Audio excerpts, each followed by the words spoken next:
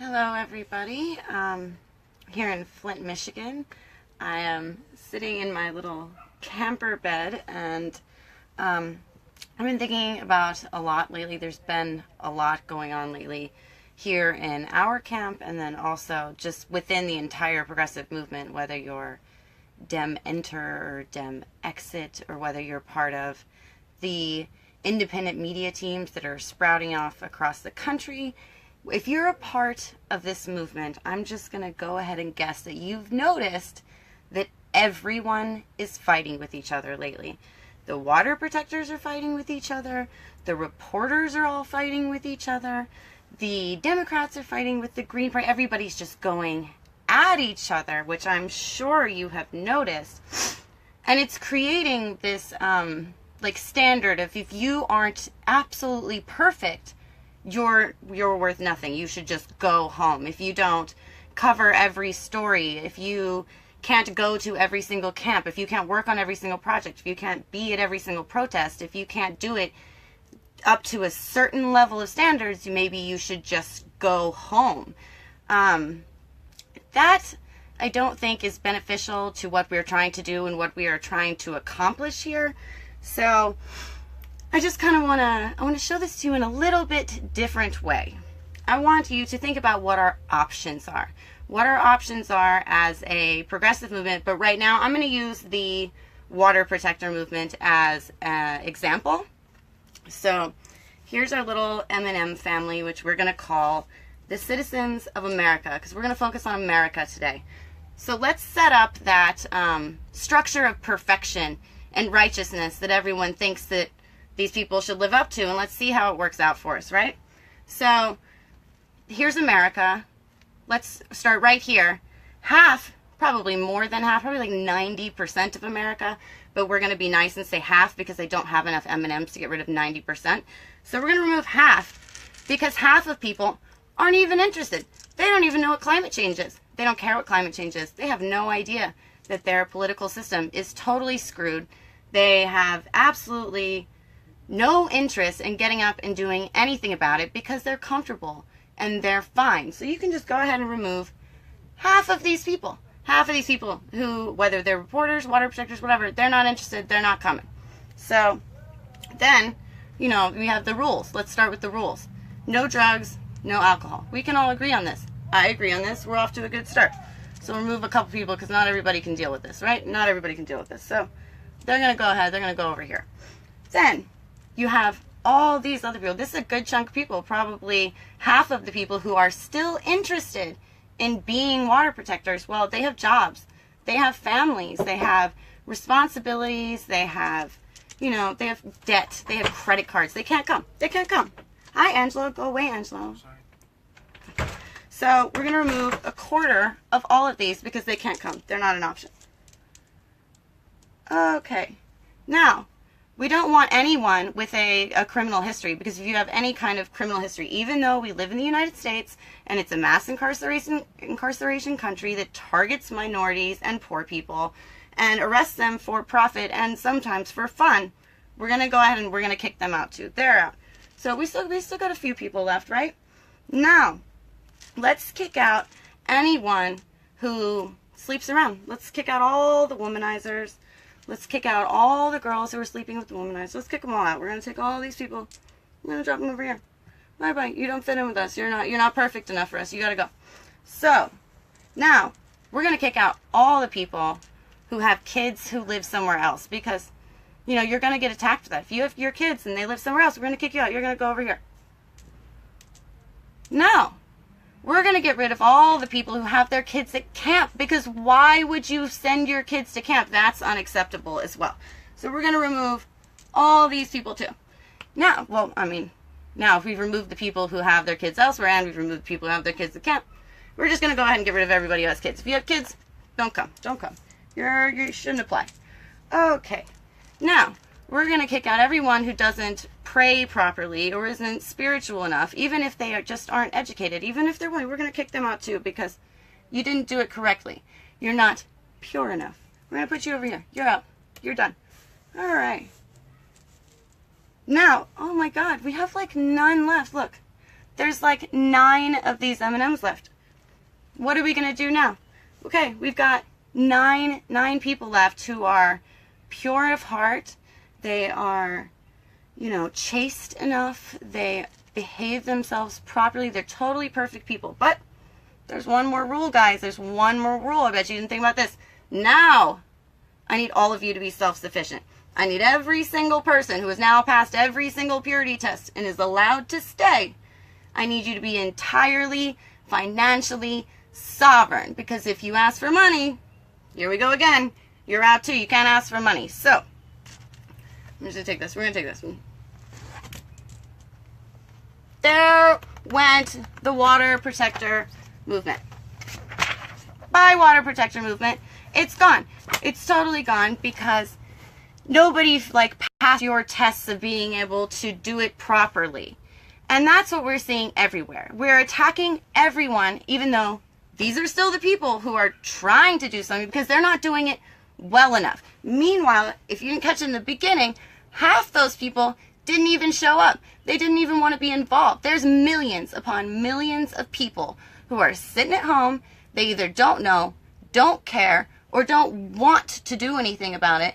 And instead of attacking them, we're attacking each other and destroying a movement from the inside. They don't fucking need Tiger Swan anymore. Like, Tiger Swan did its work. Tiger Swan can go home because we're going to do the rest of the work for you by attacking each other and making sure that nobody gets off the ground. And it's crazy. It's crazy. We're attacking people for everything. We're attacking people for having fun. I mean, I guess, has nobody thought about this? We are here. We live at this camp. We live at this camp. We work every day. Like, it's like living at your job 7 days a week, 24 hours a day. But we also live here. Like, when we're not working, we still live here. When we are having fun or reading a book or lounging around, we still live in this camp. It's still happening in this camp. And we can't, like, it's a lot of pressure to be out doing the things that you're doing.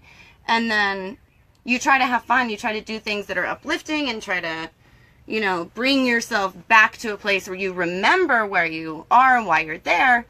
And you get attacked for that too, because you're not allowed to do that. You're not allowed to have, you know, free time or fun of any kind because you're going to get attacked for that too.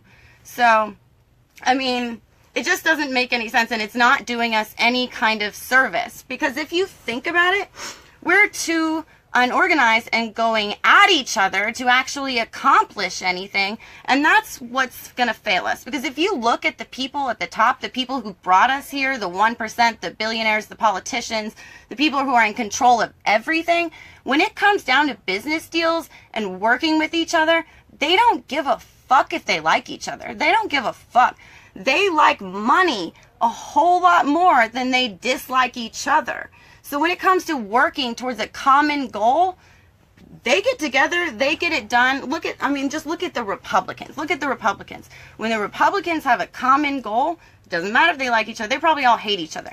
They probably all have cliques and factions just like we do. But you don't see it when they are coming together for something that they actually want. But then you have like the Democrats who fight over everything. And if they can't get something absolutely perfect and it doesn't pass the purity test, they can't come together to actually make it happen. But look how well it's working out for the Republicans. So, like that, I mean, to some extent, that is the mentality that we have to operate under if we want to be successful. We have to be more strategic. We have to stop basing all of our decisions and actions on emotion and ego and rumors, because this isn't high school. This is the adult world, and we have adult plans that are already incredibly lofty, and, you know, God knows if we'll ever reach them, and we're working towards something that you don't even know is possible. We're trying to save a planet that is dying rapidly.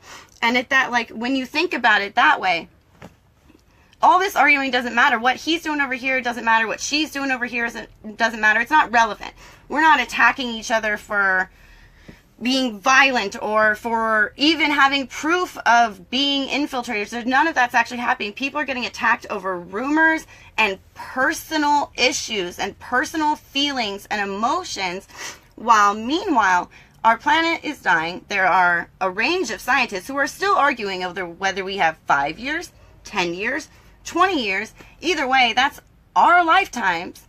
And we should be doing anything humanly possible to make this work, whether it means giving up your jobs, your lives, your money, your income, your family, your home, to go out there and put your life out there to try to do something different, or whether it means putting aside your emotional stance towards someone who might bother you just to be able to work towards a goal that is so much bigger.